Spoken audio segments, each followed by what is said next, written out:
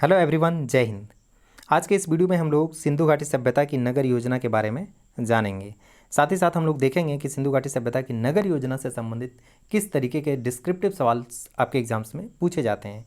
तो फटाफट हम लोग देख लें कि सिंधु घाटी सभ्यता की नगर योजना से संबंधित कौन कौन से सवाल बनते हैं या किस तरीके के सवाल एग्जाम्स में पूछे जाते हैं। तो यहाँ पर देखें, आप ये जिस तरीके का सवाल बनता है मैंने यहाँ पे लिख दिया है। सबसे पहले कि सिंधु घाटी सभ्यता की नगर योजना पर निबंध लिखें, एकदम सिंपल सवाल है।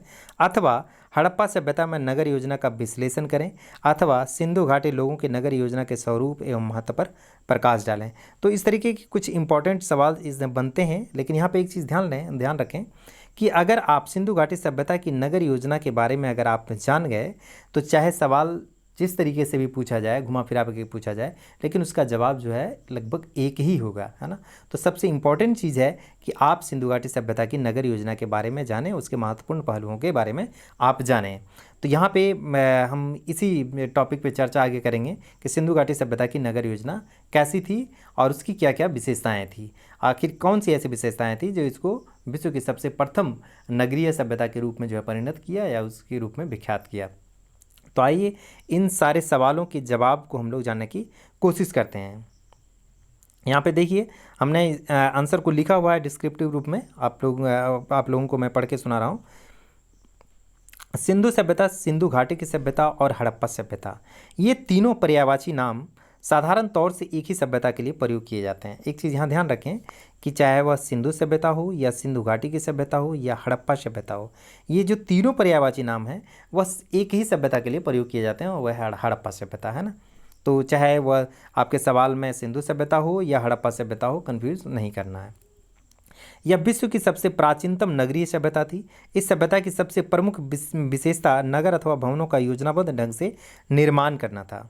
जिस सुनियोजित तरीके से यहाँ के शहरों को बसाया गया था, वैसा सुनियोजित नगर विन्यास विश्व के किसी भी प्राचीन सभ्यता से प्राप्त नहीं होता है ना। कहने का मतलब ये है कि हड़प्पा सभ्यता में टाउन का जिस तरीके से प्लानिंग करके उस टाउन को बसाया गया था, वैसा विश्व के किसी भी प्राचीन सभ्यता में ऐसे प्लानिंग हम लोगों को देखने के लिए नहीं मिलती है।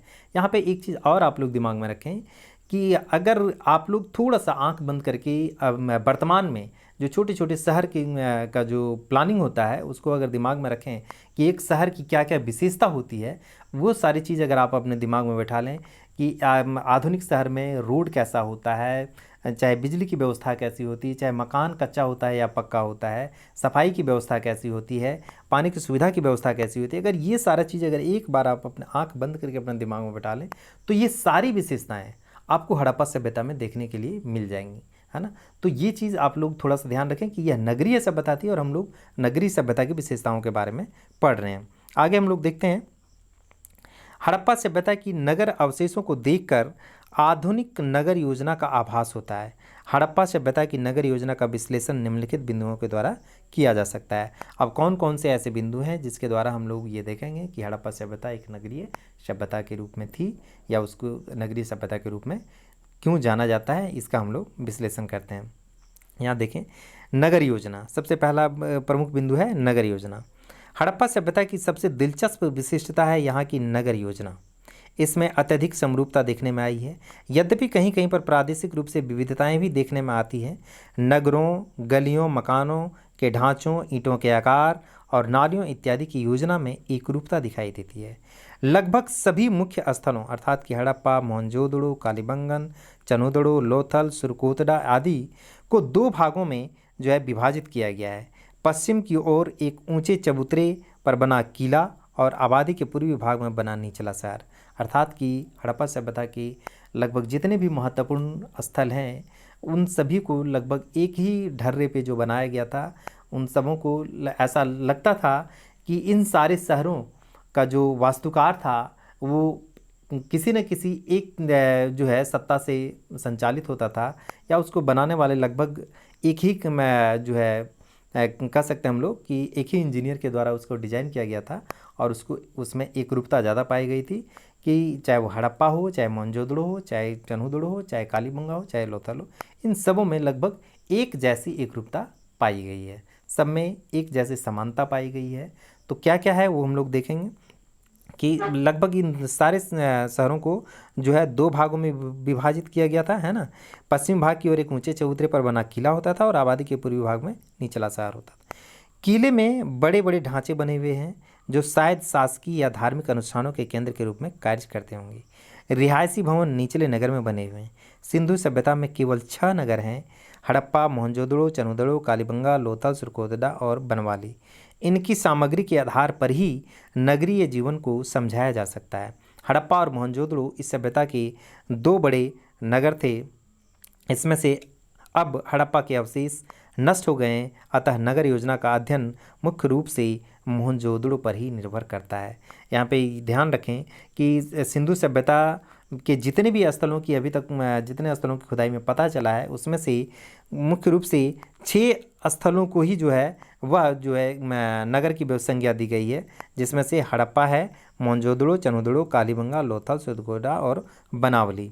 और इन्हीं स्थलों से जो उत्खनन में सामग्री मिली है उसी के आधार पे हड़प्पा सभ्यता की नगरीय विशेषताओं को समझा जा सकता है। और इसमें से एक चीज़ और ध्यान रखें कि जो इसके जो मुख्य 2 शहर थे हड़प्पा और मोहनजोदड़ो, उसमें से हड़प्पा के जो अवशेष हैं वह अब नष्ट हो गए हैं।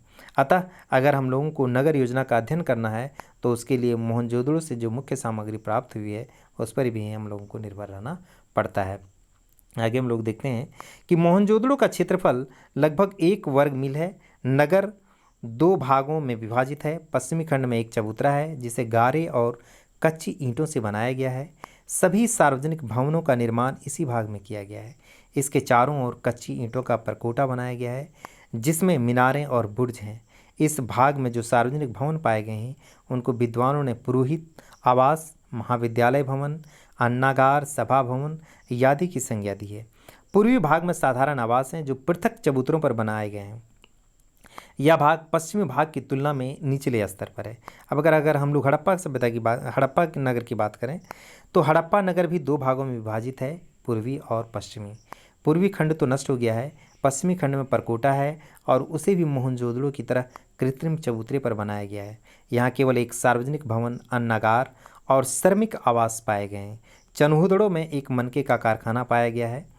कालीबंगा में भी 2 खंड जो है पाए गए हैं, एक वर्गों के लिए प्रयुक्त और दूसरा साधारण लोगों के लिए। यहाँ हवन कुंड का साक्ष्य मिला है। इसी तरीके से अन्य स्थलों से भी कुछ न कुछ महत्वपूर्ण साक्ष्य प्राप्त हुए हैं जो नगरीय सभ्यता के संकेत देते हैं। अब अगर दूसरे महत्वपूर्ण बिंदु की हम लोग बात करें हड़प्पा सभ्यता के सड़क निर्माण योजना की, तो देखते हैं हम लोग आगे कैसा है कि सड़कों का ढांचा इस प्रकार बना था कि ये एक दूसरे मार्ग को समकोण पर काटते हुए निकलते थे। इनसे शहर अनेक रिहायशी खंडों में बंट जाता था। डॉक्टर मैके का कथन है कि मार्गों का विन्यास इस प्रकार है कि हवा स्वयं ही सड़कों को साफ करती है। कहने का मतलब ये है कि हड़प्पा सभ्यता का जो नगर सड़क निर्माण योजना था वो इतना सुनियोजित तरीके से बनाया गया था कि वह सड़क जो है एक दूसरे को समकोण पे काटती थी।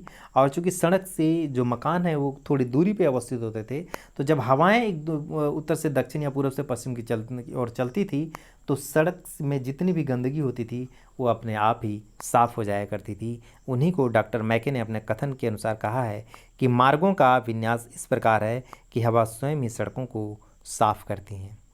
मुख्य मार्ग को छोटी गलियों के साथ जोड़ा गया था।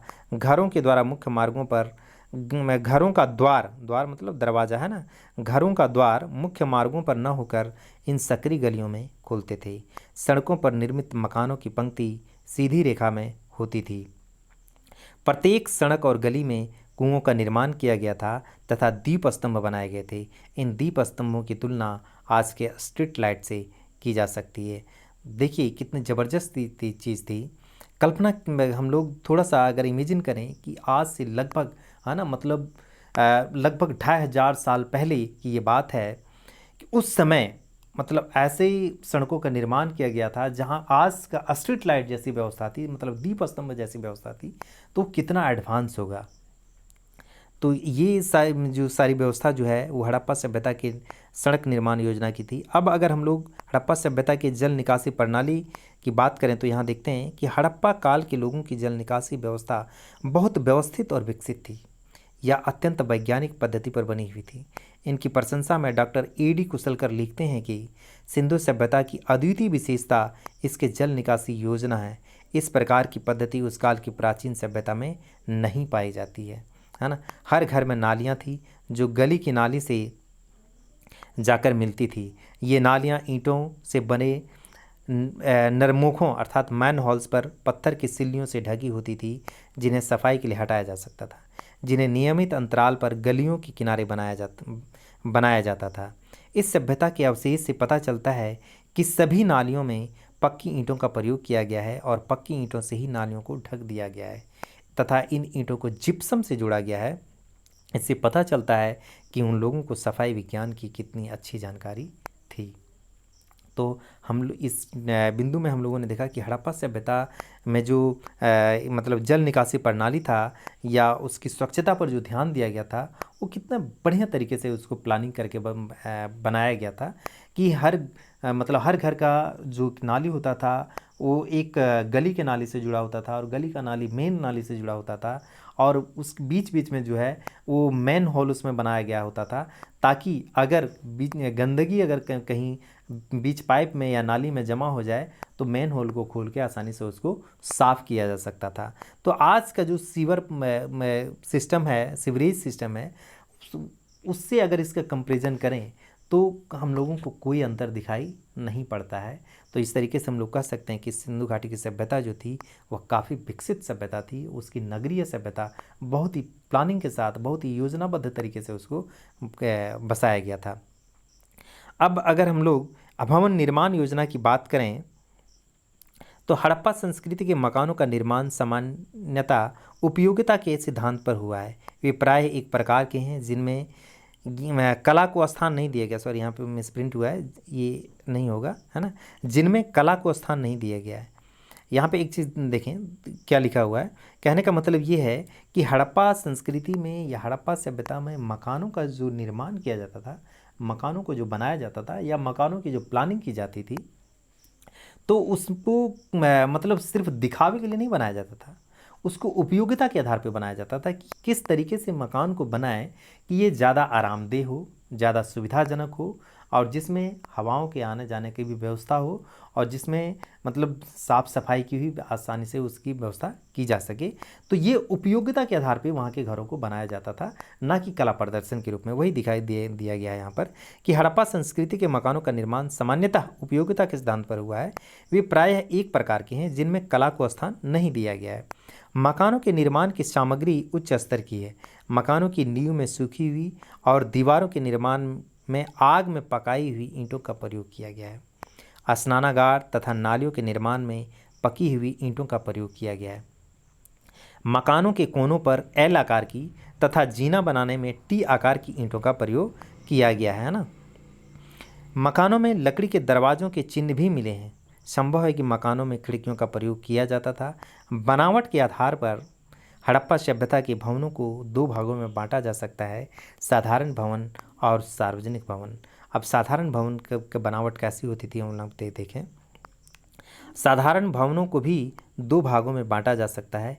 धनी व्यक्तियों के लिए विशाल भवन होते थे जिनमें कई कमरे होते थे तथा निर्धनों के मकान अलग होते थे जिनमें साधारणतः दो कमरे होते थे। प्रत्येक मकान में आंगन होता था जिसके चारों ओर कमरे बनाए जाते थे। कुछ मकान दो मंजिले थे जिनमें सीढ़ियां बनाई गई थी। मकानों में हवा और प्रकाश की पूरी व्यवस्था थी। प्रत्येक मकान में स्नानागार थे और जल निकासी के लिए सुव्यवस्थित नालियां थी। मकानों के दरवाजे गली की ओर खुलते थे। सीढ़ियां ऊंची और तंग थी। दरवाजे और छत लकड़ी के बनाए जाते थे। मकानों में कुएं पाए गए हैं। हड़प्पा सभ्यता में घरों को कलात्मक बनाने की अपेक्षा उसे आरामदायक बनाया जाता था।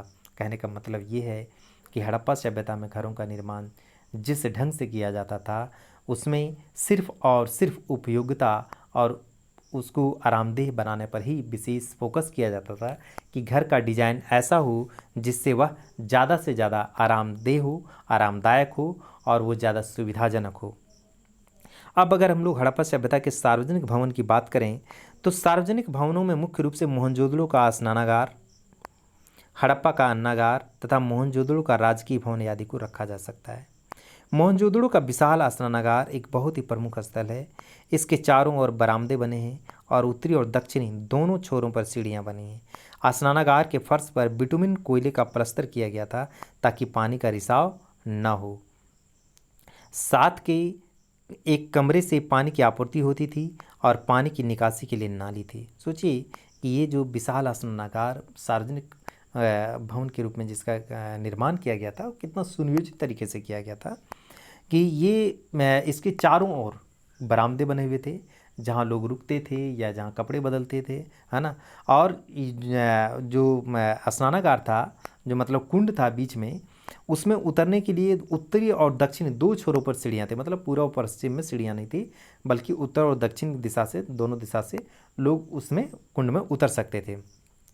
और स्नानागार की जो फर्श था उस पर बिटुमन कोयले का प्लास्टर किया गया था ताकि जो पानी का रिसाव नहीं हो, मतलब पानी ज़्यादा दिनों तक अस्थिर रह सके, है ना। साथ के कमरे, एक कमरे से पानी की आपूर्ति होती थी और पानी की निकासी के लिए नाली भी था। कहने का मतलब ये है कि बगल में एक कमरा होता था जहाँ से स्वच्छ पानी की उसमें उस कुंड में आपूर्ति की जाती थी, उसमें कुंड में उसको सप्लाई दिया जाता था, और साथ ही साथ उस कुंड से गंदे पानी को निकालने के लिए भी एक नाली की व्यवस्था की गई थी ताकि गंदा पानी निकलता रहे और स्वच्छ पानी उसमें आता रहे। तो ये था मोहनजोदड़ो का विशाल स्नानागार का जो स्ट्रक्चर। स्नानागार के चारों ओर किनारे पर कुछ कमरे बने थे जो शायद कपड़े बदलने के काम में आते होंगे। विद्वानों का मत है कि विशाल स्नानागार धार्मिक क्रियाओं के लिए स्नान के लिए उपयोग में लाया जाता था। विशाल स्नानागार के पश्चिम की ओर अन्न भंडार के लिए एक धान्य कोठार स्थित था। इसमें अन्न के भंडारण के लिए ईंटों से बनी कई चौकोर खंड बने थे, है ना। तो ये मोहनजोदड़ो के स्नानागार की विशेषता थी। अब अगर हड़प्पा में भी एक कोठार मिला है। इस कोठार में 12 अन्नागार हैं जो 6-6 की 2 पंक्तियों में। हड़प्पा में अन्नागार के पास खुले फर्श पर 2 कतारों में ईंटों की वृत्ताकार जो चबूतरे बने हुए हैं जो शायद अन्न की कुटाई के लिए उपयोग में लाए जाते होंगे। इसकी जानकारी यहाँ से प्राप्त गेहूँ और जौ के भूसों के छिलकों से मिली है। ये मतलब कहने का मतलब ये है कि ये मोहनजोदड़ो और हड़प्पा में जो मुख्य रूप से जो स्थल पाए गए हैं स्नानागार और अन्नागार, उसकी विशेषता हो गई। अब गोदीबाड़ा की हम लोग बात करें। गोदीबाड़ा का मतलब हुआ बंदरगाह, है ना। गोदीबाड़ा मतलब बंदरगाह। तो यहाँ पे देखें कि लोथल में ईंटों से बना एक ढांचा मिला है जिसे गोदीबाड़ा माना जाता है। लोथल जो कि गुजरात में अवस्थित है, ध्यान रखें, है ना, जहाँ जहाज़ों के लंगर डाले जाते होंगे और ये माल के उतारने चढ़ाने के काम आता होगा। इससे ये संकेत मिलता है कि लोथल हड़प्पा के लोगों के लिए एक प्रमुख बंदरगाह और व्यापारिक केंद्र था। कहने का मतलब ये है कि हड़प्पा सभ्यता जो है, हड़प्पा सभ्यता के लोग जो है राष्ट्रीय और अंतर्राष्ट्रीय दोनों व्यापार में संलिप्त थे और इस तरीके से अंतर्राष्ट्रीय व्यापार करने के लिए वे बंदरगाहों का भी उपयोग करते थे। मतलब कि वो जहाज़ मतलब पानी के जहाज़ की प्रणाली से भी वो लोग परिचित थे, ऐसा हम लोग अनुमान लगा सकते हैं। तो ये हड़प्पा सभ्यता के नगर योजना की प्रमुख विशेषता थी, है ना। अब अगर हम लोग निष्कर्षतः कह सकते हैं कि निष्कर्षतः सिंधु सभ्यता में संपादित उत्खननों पर एक विहंगम दृष्टि डालने से प्रतीत होता है कि यहाँ के निवासी महान निर्माणकर्ता थे। उन्होंने नगर नियोजन करके नगरों में सार्वजनिक तथा निजी भवन, रक्षा प्राचीर, सार्वजनिक जलाशय, सुनियोजित मार्ग व्यवस्था तथा सुंदर नालियों के प्रावधान को संपादित किया था या उसको पूरा किया था। इस तरीके से हम ये कह सकते हैं कि हड़प्पा सभ्यता की जो नगर योजना थी वो आज की नगर योजना से मिलती जुलती योजना थी और यह विश्व की सबसे प्राचीनतम नगरीय सभ्यता थी। तो इस तरीके से ये हम लोगों ने देखा कि हड़प्पा सभ्यता की नगर योजना की क्या क्या मुख्य विशेषताएं थी। यहाँ पे हमने बहुत ही इसको मतलब संक्षिप्त में बताने की कोशिश की है। खास करके आप लोग, हाँ, इसमें हमने उतना ही बताने की कोशिश की है जितना आप लोग एग्ज़ाम में लिख सकते हैं, क्योंकि इसमें कई बहुत सारी सामग्री मिल जाएगी आपको, लेकिन उतना ज़्यादा आप लोगों के दिमाग में ना रह पाएगा, ना उतना लिख पाएंगे। इसलिए 4-5 पेज लिखने के लिए पर्याप्त सामग्री है और अगर इसको आप लोग 2-3 बार अगर इसको आप लोग रीडिंग डाला जा सकता है।